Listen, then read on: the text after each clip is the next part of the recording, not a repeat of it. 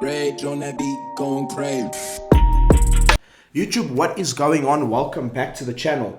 We had a great weekend of fixtures, a lot of ups, a lot of downs, a lot of hat-tricks. It was a great weekend.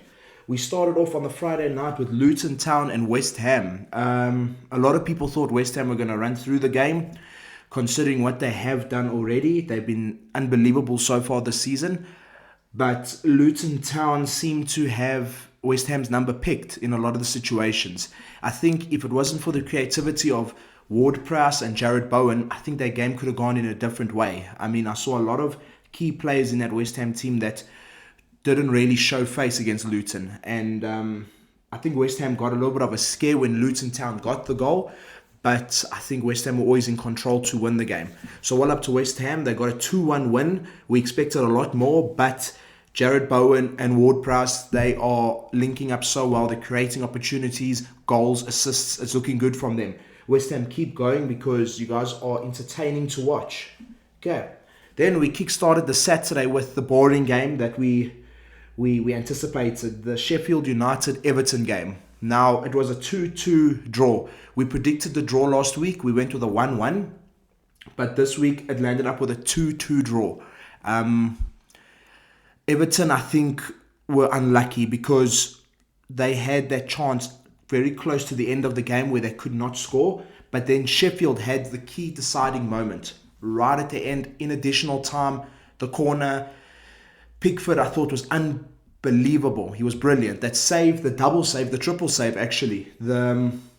He saved onto the post. Then it hit his head. Then he managed to scramble it. I think it was brilliant. He saved them. He kept them alive. Managed to get them a point away from home.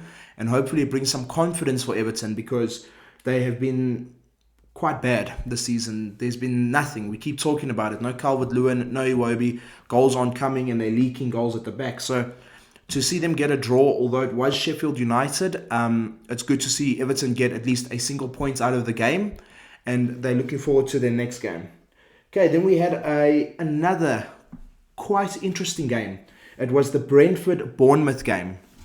Now, I predicted a 2-1 win to Brentford last week, but it wasn't the case. Bournemouth, they played really well, actually. Brentford were in a lot of trouble at home for majority of that game.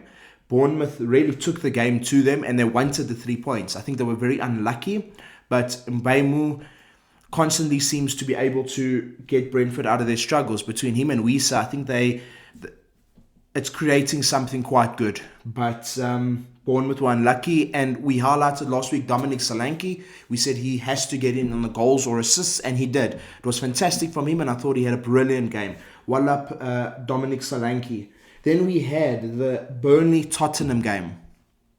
For majority parts of this game, it looked like it might get away from Spurs. I don't know if I was the only one feeling that way.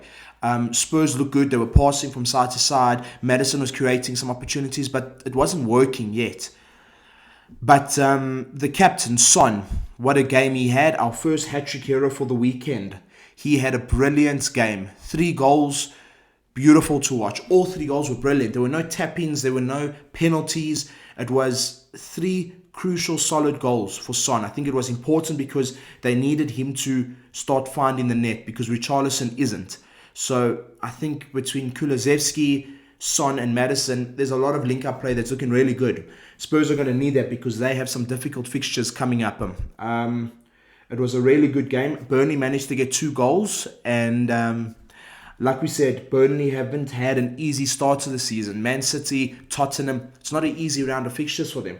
They need a little bit of good fortune so that they can kickstart their season. But well up to Tottenham, they were brilliant. Son, man of the match, and he is one of our top 3 picks for player for the weekend. We will get through to the next 2 shortly. Then we had the very surprising but not surprising game in Nottingham Forest and Chelsea at Stamford Bridge because a lot of people said after the last performance from Chelsea with Raheem Sterling's goals, him and Gusto linking up, they said this is going to be a walk in the park. I rated Nottingham. I didn't think they were going to win this, but I really thought a draw could come out of this. They got the goal, well up to my boy Anthony Elanga. I keep speaking about him every week, guys, and look what he managed to do.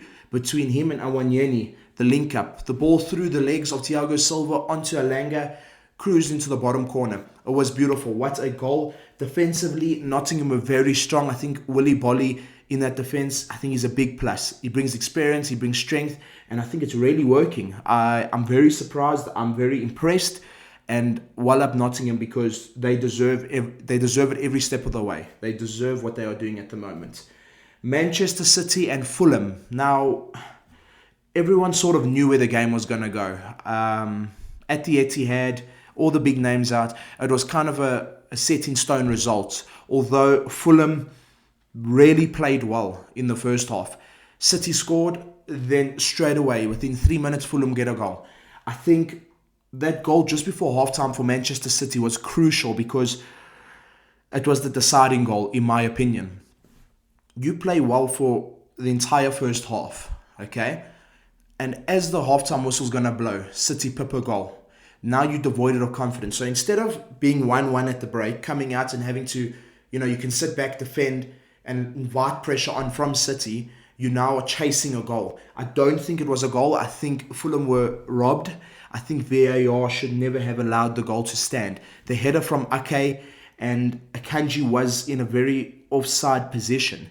And I think it was unlucky, although they say he didn't interfere or touch the ball, but he did. Because if you look at Berglano, he had to wait.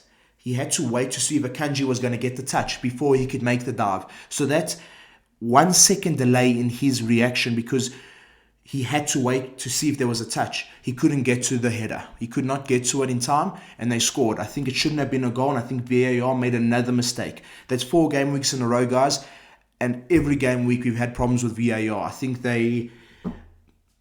it's not working. VAR needs to change something up very soon, because it's not working.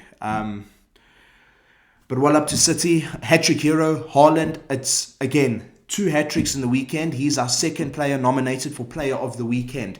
We know Haaland, it wasn't as exciting, shall I say, as Son, because we know Haaland to get goals. We know hat-tricks. He's brilliant. Well up to City. They stay top of the log, unbeaten, flawless results at the moment. They are looking like the real team to beat. Then we had the big game for the weekend, Brighton and Newcastle United. This was also the big anticipated game. I went with a 2-2 draw. Everybody's predicted a Newcastle win, but Brighton really showed that they are not scared of anybody. They welcome you to come to their grounds. They want you to play your game, because they will work through the gears and they will get goals. I mean, it was beautiful. Another hat-trick. Guys, it's 3 hat-tricks in one weekend. Ferguson, 18-year-old kid, leading the lineup for Brighton. 3 goals, 3 brilliant goals. He tops off our 3 players for the weekend. At the end of the show, we will identify the best player for the weekend. He was brilliant. Matoma, Solly March, João Pedro. These guys really linked up well. What a game. Well done. Newcastle are not looking like themselves. They have not kick-started their season. I think it's time Isaac gets dropped to the bench and Callum Wilson steps up. He's played 2 games coming off the bench and scored in both games. I think it's time for Callum Wilson to lead that line so that Newcastle can start getting points on the board. They're sitting bottom half of the table and it's not looking good. Then, Sunday, we had the three games. We started with the Crystal Palace Wolves game, 3-2. Basic, a lot of people predicted the Crystal Palace win. I thought Wolves would hold their own and really hold out to a draw. I went with a 2-2 draw. Palace won it. Well done to Palace. Eze, Ayew, these guys are playing well together. They managed to get another 3 points. Well up to them. And we had the game at Anfield, another anticipated game. Liverpool, Aston Villa. I think Liverpool were brilliant. I think they were flawless. I think defensively they were very sound, considering there's no Konate, no Van Dijk. They really put the shift in, Gomez and Matip. I thought they were very good together, very strong, and they looked brilliant. Well done to them. Salah managed to get a goal. Darwin with 2 assists. Very good game. Liverpool 3-0. And then the big one for the weekend, Arsenal versus Man United. This game was very unlucky to get away from United the way it did, because I think they really took the game to Arsenal. They were very unlucky. The Garnacho goal at the end, this was the big one that VAR disallowed. Was he offsides? Wasn't he offsides? It's a very difficult one. I mean, if you take a look at it, from an just the point of view of looking. He looked on. VAR bringing in the lines, bringing in this. They gave it an offside goal. And I think if that goal stood, I could see United seeing out the 2-1 win. Obviously, Martinez getting injured. Harry Maguire coming in. We know Harry Maguire. We know the stick he's getting. He had too much pressure on him to come into this game. Arsenal were brilliant. It was Gabriel Jesus coming off the bench, doing what he does. It was classy. See that little turn that he did into the bottom corner? He just saw his man go sliding right past him. It was beautiful. What a goal. What a team performance from Arsenal. They deserved it. 3-1. Beautiful game. Well up to them. United are in trouble. I don't know what comes next for them. Guys, anyway, that was that. Our three top players for the weekend. Ferguson, Haaland, Son.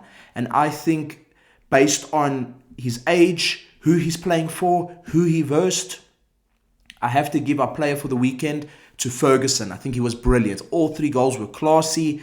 18 years old. He's still a kid, guys. He's still a kid against Newcastle. 3 goals, classy. Well up, Ferguson. You are my player for the weekend. Guys, thank you so much for tuning in. I really appreciate it. Leave a like, subscribe, ring the bell, and I'll see you guys soon for our next round of fixtures. Take it easy, guys. Ciao.